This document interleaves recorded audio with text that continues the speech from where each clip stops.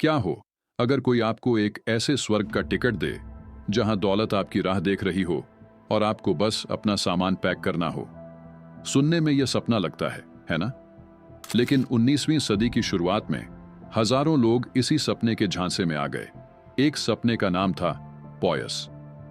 यह अविश्वसनीय कहानी एक आदमी के इर्द गिर्द घूमती है। ग्रेगर मैकग्रेगर, एक ऐसा ठग जिसने न सिर्फ लोगों को धोखा दिया बल्कि एक पूरा देश गढ़ दिया और दुनिया को यकीन दिला दिया कि यह असली है। ग्रेगर मैकग्रेगर स्कॉटलैंड में पैदा हुआ और इतिहास का सबसे बड़ा ठग बनने वाला था। अपने जीवन की शुरुआत में उसने ब्रिटिश सेना में भर्ती होकर जल्दी तरक्की की। बाद में वह दक्षिण अमेरिका गया, जहां उसने स्वतंत्रता के युद्धों में भाग लिया और सम्मान कमाया। लेकिन ग्रेगर के सपने और भी बड़े थे। उसने एक ऐसा प्लान बनाया जो इतना साहसी था कि उसने ब्रिटिश अमीरों, मध्यम वर्गीय परिवारों और अनुभवी निवेशकों को भी धोखा दिया।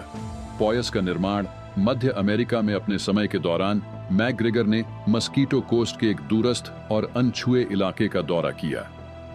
ज्यादातर लोगों के लिए यह बंजर जंगल था, लेकिन मैकग्रेगर के लिए यह एक खाली कैनवास था। उसने एक स्थानीय सरदार को इस जमीन के अधिकार देने के लिए मना लिया और यूरोप वापस लौटकर एक अद्भुत कहानी बनाई। पॉयस, एक समृद्ध और संपन्न राष्ट्र जहां उपजाऊ जमीनें, अनगिनत संसाधन और स्वागत करने वाले लोग रहते हैं। मैकग्रेगर यहीं नहीं रुका। उसने नक्शे बनाए, फर्जी दस्तावेज तैयार किए और यहां तक कि एक नकली मुद्रा पॉयस डॉलर भी बना डाली। अपनी कहानी को और मजबूत बनाने के लिए मैकग्रेगर ने खुद को पॉयस का राजकुमार घोषित कर दिया।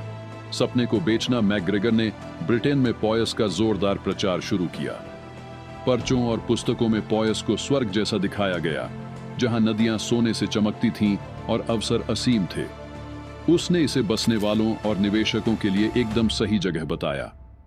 लोग जमीन खरीदने, पॉयस डॉलर में व्यापार करने और जहाजों में जगह पाने के लिए लाइन में लग गए। सैकड़ों लोगों ने अपना सब कुछ बेच दिया, यह मानकर कि वे एक उज्जवल भविष्य में निवेश कर रहे हैं। 1822 में पहले जहाजों ने यात्रियों को लेकर पॉयस के लिए प्रस्थान किया। परिवार उम्मीदों से भरे हुए अपनी यात्रा पर निकल पड़े। सच्चाई का खुलासा जब यात्री पॉयस पहुंचे तो उन्होंने खौफनाक सच्चाई जानी। पॉयस कोई स्वर्ग नहीं था, यह एक वीरान जंगल था, जहां न तो कोई शहर था, न खेत और न ही कोई व्यवस्था। वहां फंसे लोगों को दुश्मन जैसा माहौल और भूखमरी का सामना करना पड़ा। बीमारियों और भूख ने उनके समूह को तबाह कर दिया। कई लोग मर गए और महीनों बाद बचाव जहाज पहुंचे। जो लोग बचे वे वापस लौटे और धोखे की दास्तां सुनाई। परिणाम, इस आपदा की खबर पूरे यूरोप में फैल गई। अधिकारियों ने मैकग्रेगर की ठगी की जांच शुरू की, लेकिन वह पहले ही फ्रांस भाग गया था। अविश्वसनीय रूप से उसने वही धोखा फ्रांस में दोहराने की कोशिश की, इस बार फ्रांसीसी नागरिकों को निशाना बनाकर।